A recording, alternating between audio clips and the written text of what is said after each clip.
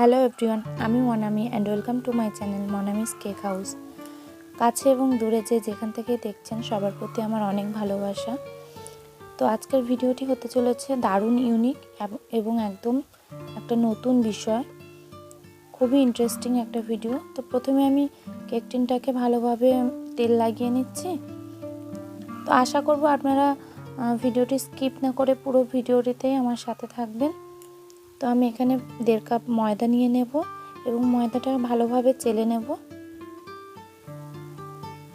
আমি আগেও বলেছি, আবারও বলছি যে এখানে আমরা কিন্তু পোকা বা শুধু ময়লা বাছার জন্য আমরা কিন্তু ময়দাটাকে চেলে নিই না, আমরা যাতে ময়দায় কোনো লাম্পস না থাকে তার জন্য চেলে নিই। অনেকে মনে করে যে আমার তো নতুন আনা ময়দা, হয়তো না চাললেও চলবে, তো তাদের জন্য বলে রাখলাম।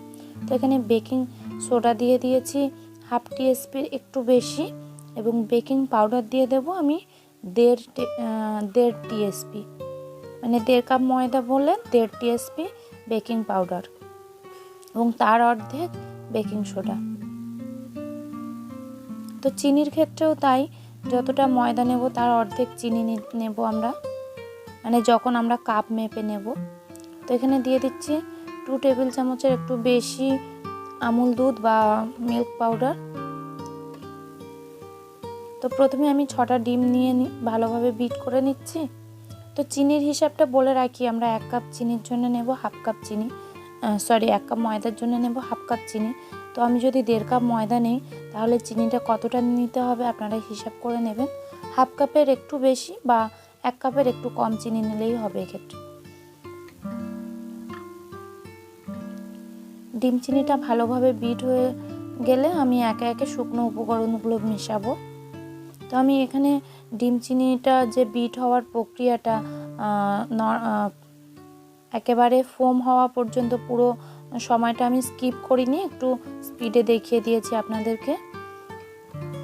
তো এরকম পর্যায়ে এসে গেলে আমি এখানে এসেন্স মিশিয়ে দিচ্ছি। এটা আমি পাইনঅ্যাপেল এসেন্স দিচ্ছি। এবার আমি দিয়ে দেবো সাদা তেল। তো তেলটা আপনারা যে যার পছন্দ মতো দিতে পারেন।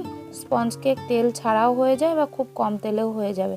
তো সবথেকে ভালো রেজাল্ট পাওয়ার জন্য আপনারা যে কটা ডিম দেবেন সেই টেবিল চামচ আপনারা তেল মেশাবেন, তাহলেই পারফেক্ট হবে।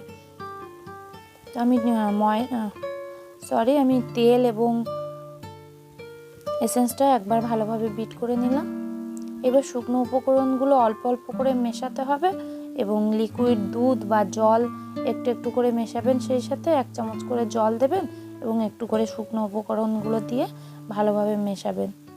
হালকা হাতে মেশাবেন, বেশি স্পিডে বা বিটার মেশিন এক্ষেত্রে ইউজ করলে ডিমের যে ফোমটা সেটা ভেঙে যাবে। তো যাদের বিটার মেশিন নেই তারা করবেন এমনি নর্মাল যে আমরা ব্যাটার তৈরি করি, এক ধরনের ডিম ফেটানো যে বিটার পাওয়া যায়, হ্যান্ড বিটার, সেটা ব্যবহার করতে পারবেন। এগুলো যে কোনো দোকানে পাবেন বা মেলায় টেলায় সাধারণত এগুলো খুব বেশি ওঠে।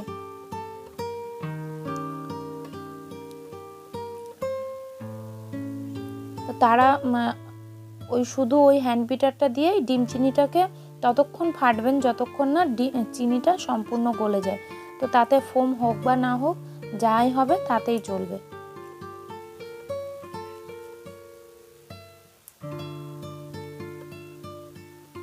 এই রেসিপিতে আপনারা যদি চকলেট কেক করতে চান সেক্ষেত্রে এখানে 2 টেবিল চামচ কোকো পাউডার অ্যাড করবেন এবং 2 টেবিল চামচ ময়দা আপনারা সরিয়ে নেবেন, আর সব কিছু পরিমাণ একই থাকবে।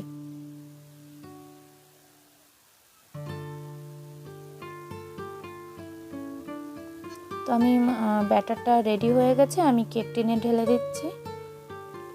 তো আমার মনে হচ্ছিল একটুখানি হয়তো বেশি হয়ে যাবে বা ফুলে পড়ে যাবে, তাই আমি অল্প ব্যাটার অন্য একটা ছোট বাটিতে বসিয়েছিলাম। তো এই পর্যায়ে আমি 180 ডিগ্রি প্রিহিটেড ওভেনে আমি এটা বেক করতে দিয়েছি। তো আমার সম্পূর্ণ ভালোভাবে বেক হয়ে গেছে।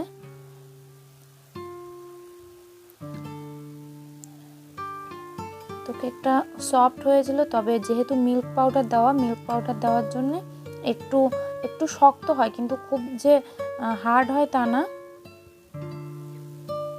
তো তো এই সময় এটা কেকটা আমার গরম ছিল, একটু গরম অবস্থাতে, খুব গরম অবস্থাতে আপনারা যদি কোনো প্লাস্টিক র্যাপার বা ভেজা কাপড় দিয়ে এটা চাপা দিয়ে রাখেন তো একেবারেই এটা তুলোর মতো নরম হয়ে যাবে। তো আমার সে সময়টা ছিল না, আমি গরম অবস্থাতেই কাজ করে নিচ্ছিলাম। তো আমি 3টে সমান লেয়ারে ভাগ করে নিচ্ছি। তো ভালোভাবে স্পঞ্জটা খুব ভালো হয়েছিল। আর এটা আমার প্রত্যেক দিনের কাজ, খুব একটা ভুল হয় না এগুলো, তারপরেও মাঝে মাঝে ভুল হয়ে যায়। তো একটা কথা আপনাদের বলে রাখি, আমার ভিডিওর চারপাশে অনেক রকম জিনিসপত্র ছড়ানো থাকে। তার কারণ হচ্ছে আমি শুধুমাত্র ভিডিও করার জন্য কাজগুলো করি না, আমার এগুলো নিত্যদিনের কাজ। আমি তার ফাঁকে একটু একটু ভিডিও আপনাদের সাথে শেয়ার করি, কিছু শ্যুট করে যতটা পারি। হয়তো কোনো দিন কোনো কিছু কেটেও যায়, বাদ পড়ে যায়, কিন্তু তা সত্ত্বেও চেষ্টা করি আপনাদের সাথে সব কিছু একটু একটু করে শেয়ার করতে। তো তার জন্য একটু চারিদিকে সব কিছু এলোমেলো বা অগোছালো হতে পারে, আপনারা কিছু মনে করবেন না তাতে, কারণ শুধুমাত্র ভিডিও করার উদ্দেশ্যে আমার ভিডিও করা না, তার সাথে আমার ছোট বাচ্চাও আছে। তো সব মিলিয়ে একটু সুবিধা হয়, সুবিধা হোক বা অসুবিধা যাই হোক, মিলিয়ে মিশিয়ে এভাবেই চলছি। তো আমি ক্রিম দিয়ে দিচ্ছি।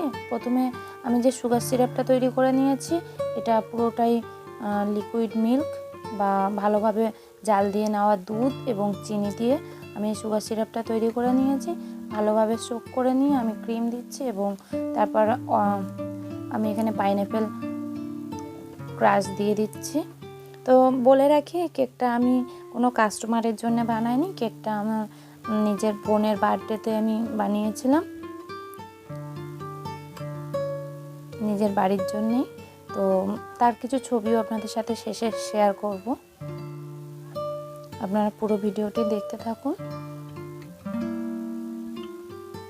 তো প্রথমে ক্রাম কোট করে নেব, করে নিয়ে আমি এই পর্যায়ে একটু ফ্রিজে রেখেছিলাম।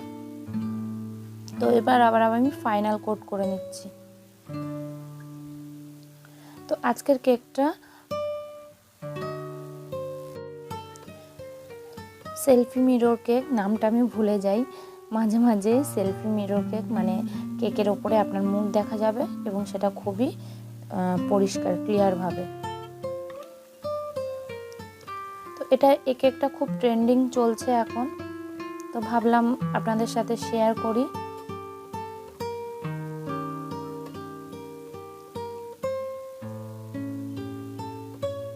তো কিভাবে সেলফি মিরর যে মিররটা সেটা সেট করব বা সেটা কেমন দেখতে হয় অনেকেই হয়তো জানেন না, তো সেটা আপনারা ভিডিও থেকে জানতে পারবেন বা আপনাদের সাথে আমি সেটা শেয়ার করব, দেখাবো। তো ভিডিওটি আমি বলে রাখি, ভিডিওটি ভালো লাগলে অবশ্যই একটা লাইক করবেন। তো এখানে আমি বাটিতে কিছুটা ক্রিম নিয়ে পার্পল কালার মিশিয়ে দিচ্ছি, দিয়ে এবং তার সাথে একটু আমি পিঙ্ক, হালকা বেবি পিঙ্ক যেটা, সেই কালার দিয়ে নিচ্ছি এবং এই দুটো কালার মিক্সড করে একটা খুব সুন্দর হালকা কালার আসবে, সেটাই আমি চাইছিলাম কেকের জন্য। তো ভিডিওটি ভালো লাগলে লাইক করবেন এবং আপনার যারা ফ্রেন্ড এবং ফ্যামিলির মধ্যে যারা কেক রিলেটেড বা কেক বানাতে চায় বা হয়তো পারে না, একটু অসুবিধা হয়, তো তাদের সাথে আপনি শেয়ার করতে পারবেন। এবং যদি একটুখানি উপকৃত মনে হয়, চ্যানেলটি অবশ্যই আমার সাবস্ক্রাইব করে আমার পাশেই থাকবেন। তো আমি চাইছি এই কেক ব্যবসা বলুন বা এই কেকের কাজটা বলুন, যেন সেটা ঘরে ঘরে সবাই শিখতে পারে এবং আপনারা শিখে আপনার বাড়ির যে প্রিয়জন আছে তাদের জন্মদিনে হোক বা যে কোনো অনুষ্ঠানে সারপ্রাইজ দিতে পারেন। তো এখানে আমি পার্পল কালারটা দেওয়ার পরও হালকা বেবি পিঙ্ক দিয়ে আবার একটা পাতলা শেড দিয়ে দিচ্ছি। এটাকে আমি ভালো করে স্ক্রাবার দিয়ে টেনে দেব, তো একটা হালকা পিঙ্কিশ শেড চলে আসবে।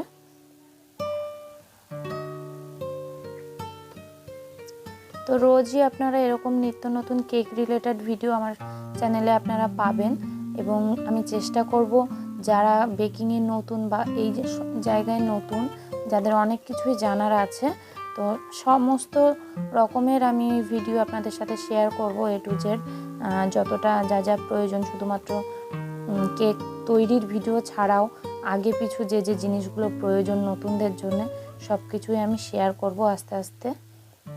আমি আসলে অর্ডারের কাজগুলো করে আমি সময় পাই না বেশি যে আমি সেগুলো শেয়ার করব। তো আপনারা আমাকে জানাতে পারেন কমেন্ট সেকশানে আপনাদের কেমনটা প্রয়োজন বা কি চাই, আপনারা কি দেখতে চাইছেন, আমি চেষ্টা করব তার উপরে ভিডিও করা। তো এখানে আমি একটা স্টার নজেল নিয়ে নিয়েছি, তাতে ওই পিঙ্ক কালারের ক্রিমটা ভরে নিচ্ছি। এবং এই হচ্ছে সেলফি মিররটা। তো আমি কিছুতেই প্রথমে ওপরে এটা তুলতে পারছিলাম না, ভাবছিলাম যে এটা কোথা থেকে তুলবো। তো অবশেষে হলো, আমি মাঝখানে প্লেস করে দিচ্ছি। এবং কেকের ওপরটা আমি বেশি প্লেন করিনি, কারণ ওটা চাপা পড়ে যাবে। এবং জাস্ট বিনুনি যেরকম আমাদের দেখতে হয় না, সেরকম ধরনের আমি মাথার চুলের যে বিনুনি সেই রকমভাবে ডিজাইনটা করে নিচ্ছি। এবং কেকটা দেখতে সত্যি খুবই সুন্দর হয়েছিল, অসাধারণ দেখতে হয়েছিল। আর টেস্ট তো সত্যিই ভালো, যারা জানেন। এবং সত্যি কথা বলতে আমার কাছ থেকে যারা কেক নেয় তারা সবাই বলে যে না, কেক সত্যি খুব ভালো এবং টেস্টটা খুবই ভালো। তো দেখতে খুবই ভালো লাগছে কেকটা, এবং কালারটাও খুব সুন্দর হয়েছে। নিচেও আমি এরকম ডট ডট দিয়ে নিচ্ছি।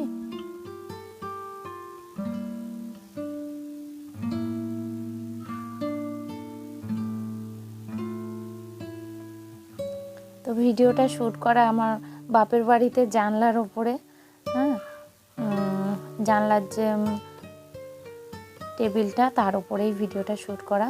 তো কিছু আমি চেরি দিয়ে দিচ্ছি এবং তারপর কিছু পার্ল দিয়ে দিয়েছি। তো এটাই ছিল ফাইনাল লুক কেকের। তো এখানে আমার বোনের সেলফি একটা আমি দেখালাম, এবং আমার বোনের কিছু ছবি আমি আপনাদের সাথে শেয়ার করেছি। আপনারা সবাই প্রে করবেন ওর জন্যে। তো ভালো থাকবেন, সবাই সুস্থ থাকবেন, এবং ভিডিওটি শেষ পর্যন্ত দেখার জন্য অনেক ধন্যবাদ। এখানে আমার ছেলে আর আমার বোন।